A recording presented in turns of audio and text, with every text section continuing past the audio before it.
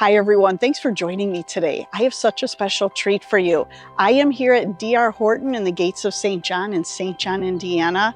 You're going to be meeting with me today with Joe Coase from Coase Home Experts. Come on and join me. Hi, Joe. Hi, how are you? Good to see you. Thanks for meeting me here today. Of course. I'm so excited. Joe, I was sharing with everyone, this is such a special treat because we're going to be here doing a little home inspection action with you and asking Joe some questions about a home inspection. Because you as a buyer, what does that even look like? And Joe's here as an expert to tell us all about it. Joe, how long have you been a home inspector for? I've been a home inspector for about 5 years, but I've been in the construction industry for a little over 40 now. Yeah. It was actually my first job right out of high school with my father. So got on the electrical side, and then from there we went into, with my brother, some construction and things like that, and I've actually done this. I start on the outside of the house. I like to check the structure of the house first, check the roof lines, gutters, eaves, soffits, siding. I want to make sure that the house is sound from the outside. If I see things that are questionable, it also triggers things to look at on the inside. If I see corners sagging or something like that, I know where to look in the attic, or I know where to look in that bedroom to see if it's coming through, if there's any water issues or mold issues. Okay. We'll check down the soffits and the eaves, make sure everything is straight, nothing's puckered, same with the walls, and give a quick look up the ridge lines, and then borrow the neighbor's lawn a little bit. You look up the shingles, you can see if there's any ripples, any popping of shingles. And there's your gas. This is your main gas. Feeding the house. Here's your on and off right here. I just like to check this. This is your tag from the power company. If this happens to be cut, that means someone might have been in there messing around. So it's always a good thing to check. But here's your main, your ground. Make sure it's all connected nicely. And then we'll see the service panel once we get on the inside of the house. Want to make sure all the connections are nice and tight. Your acorn, your clamp, and all your wiring. This is the main ground for there. And this is your air conditioner. It's running right now, which is good timing on our part. I always want to make sure the coil's clean. This one's nice and clean. It's new, carrier, good name. And then you could check the date, when it was made, how old the unit is, for the serial number. Sometimes the date will be on there, but a lot of times it's through the serial number. So you go online to check that. So we're checking siding joints, all of the eaves. Those are exhaust ports for bathroom fans and stuff like that, which we'll see up in the attic when we get there. There's your water. It's hooked to the spigot right now, so we can't check the pressure, but they were running when we got here, so it seems adequate.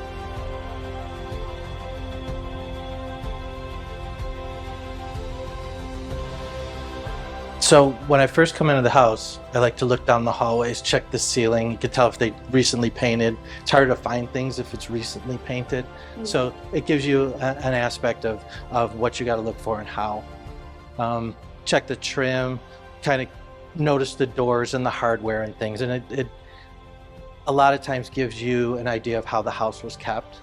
If this was an older home, if it's been abused, if it had renters as opposed to owners. There's a lot of different things there.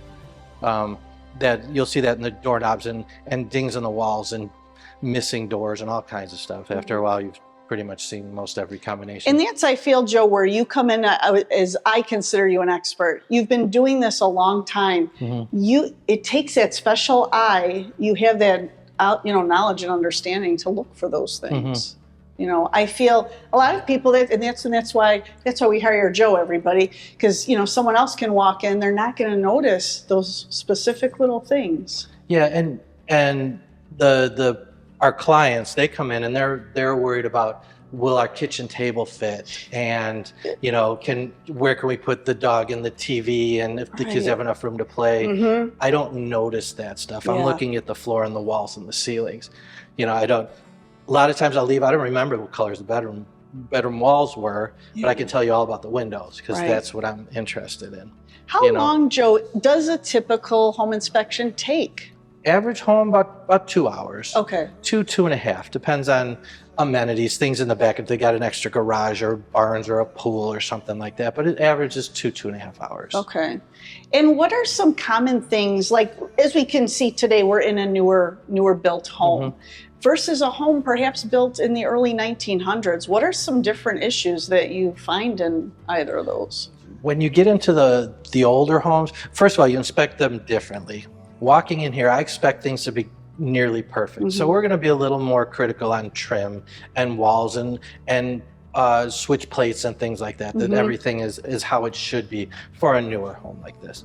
But when you get into the older ones, there's going to be dings in the wall. There's going to be patches in the ceiling, stuff like that.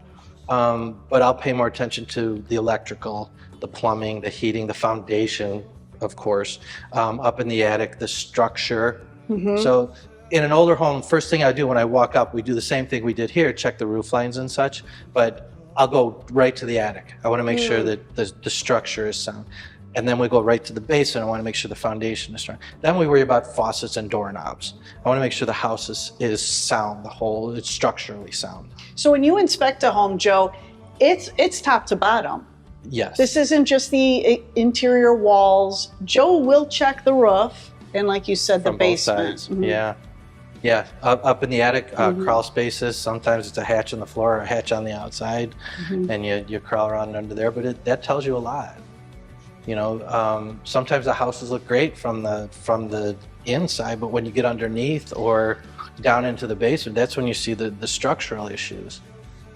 Yeah, and those are things too, I feel, when I take you out as a buyer client, there are things that we can see as we're on camera now. We can see the cabinets and things like that. But those things that we cannot see, that's where Joe comes in. You know, you've got that expertise to help us through those things. Yeah, it's knowing what to look for. When you do an inspection, Joe, do you prefer the buyer to be present with you? Yes. I like it because it's easier to point to something and say, hey, this is wrong, and then they can actually see it, as opposed to a picture. I'll take pictures of everything throughout the house. I usually take about 300 pictures. I'll take faucets, it running underneath, all that, and then when I get back to my desk to write the report, I've got a plethora of information, and I can blow things up and look a little harder at things that maybe I might have not spotted immediately, or you know, there's steps to that part too that I do when I get back. That's usually another hour and a half when I get back to my desk, but it helps our client, because when they see the report, then they go, oh yeah, Joe was talking about that was in the kitchen underneath the first cabinet, whereas they're just looking at a picture of this, you know, and I have to explain in detail where it was and what's wrong. It's easier that way. And a lot of times when they just read it off of the report, it's overwhelming. Like I said, I'm gonna take 300 pictures. We're gonna have pictures of everything. I'm gonna touch everything, comment on everything. So it can be overwhelming. But if they're here, I could explain to them as we're walking, this is what I found, this is what you need to do. You know, it's not the end of the world. You know, this is what the issue is, and it can be easily fixed or whatever, or seek out a professional. Right. And Joe brings up a good point. I always like when our buyers can attend a home inspection because, as you pointed out, Joe, you're right there and you can explain that. Now, sometimes we have clients, they're relocating from another state. It's challenging to do that. In fact, Joe and I worked on one, and we did a phone conversation afterwards and talked about it, took photos and things like that, so then they were aware. So there are ways that Joe can handle this, even if you're not present. But it is best, I think, as well to be present. So the first steps I want to share with everybody: when you purchase a home and you receive an accepted offer, you as a buyer, you're going to submit your earnest money. The next thing you'll do is schedule your home inspection with an inspector like Joe. And Joe, what happens? What is that step like when they contact you at first? I understand they typically have 5 days, the discovery period. And that's here in Illinois. So yeah. Indiana's a little bit longer. Okay. And Joe actually can help you in Illinois and Indiana. So we try to schedule it right away. We have that discussion. They always have a lot of questions. And, you know, sometimes it's 20 minutes, half hour on the phone, just the initial. And I'm okay with that. I like when people they want to be actively involved. They want to know what's going to happen. That's good. That means, you know, it tells me more how the rest of the process is going to go. So we'll do that, and we'll schedule, and then we check with the seller and then with you, obviously, to make sure everybody jives, and then we pencil it in. I write out a contract, email it, and then we meet on site. Okay, perfect. What is a typical cost for a home inspection? For me, it's about $400. Okay.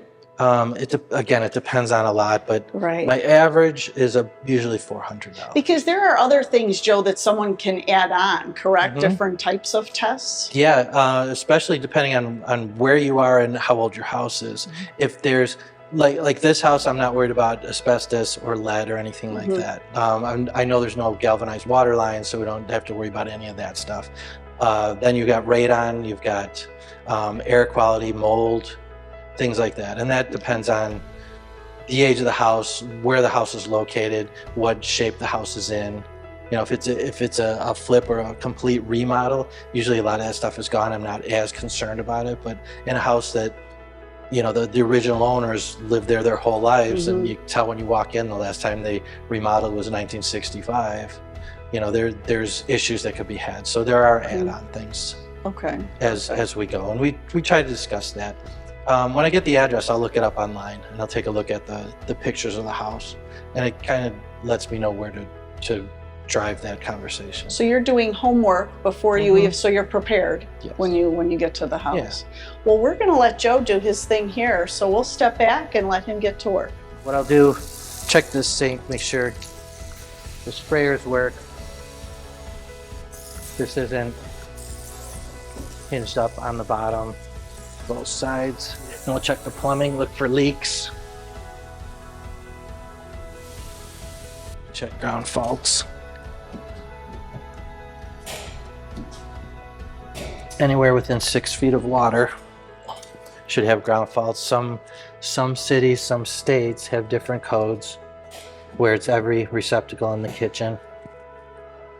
Local codes differ city to city a lot of times. So it's important to keep that in mind when you're reading the report. We're checking to make sure the screws are in the right places. It's solid to the wall. The hinges are tight. So we'll do that all the way around. You can see where they've attached. Make sure everything is sturdy, nothing's going to come down on you. We'll check the pantry. There's shelves in here, so I'll make sure the shelves are tight to the walls.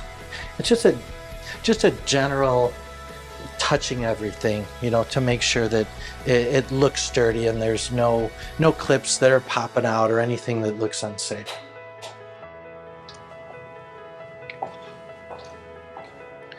So notice the door right away. Make sure it's framed nicely. Check down the walls, check the ceiling real quick.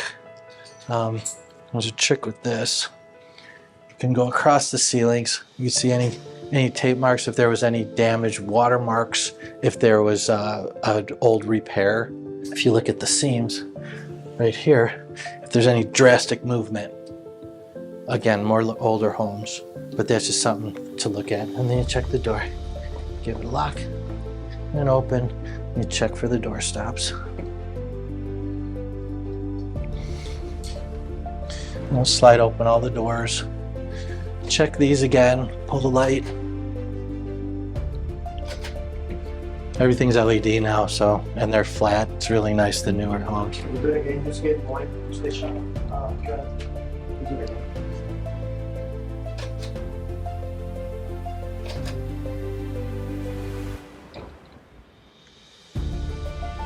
So check the windows, they're vinyl. And these particular windows have latches, so you can open them to clean. This is the hot water. This is the water heater. It's a tankless water heater. Get instant water. It doesn't store it, so it actually saves energy. And you can see by the plastic piping that it's high efficiency. So I'm looking at the connections to the water line, the TPR valve. That's here. This is the relief valve, making sure that it's plumbed to the floor. Here's your water main coming in. So here's your shut off to shut the water off for the house. If there's ever an emergency, you can shut that off like this. This is where your washer and dryer will set up. Right now it's set for gas dryer right now. This is your furnace here. There's an April air, so there's a ventilation controller. Your filter would be here. That's your air filter.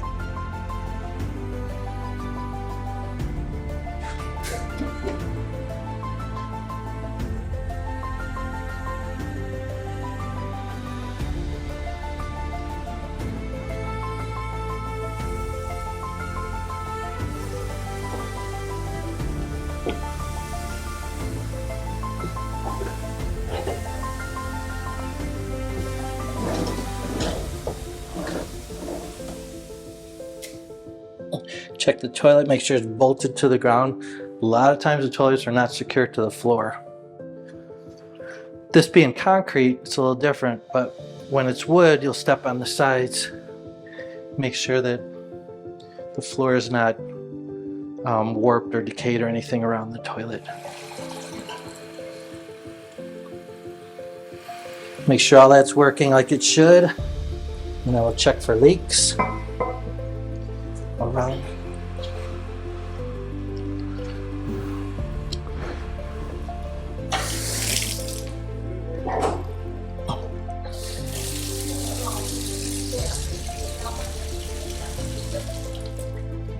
Joe, thank you so much for taking the time to do this was kind of a little mock kind of what to expect inspection when you as a buyer are looking to have an inspection when you purchase a home.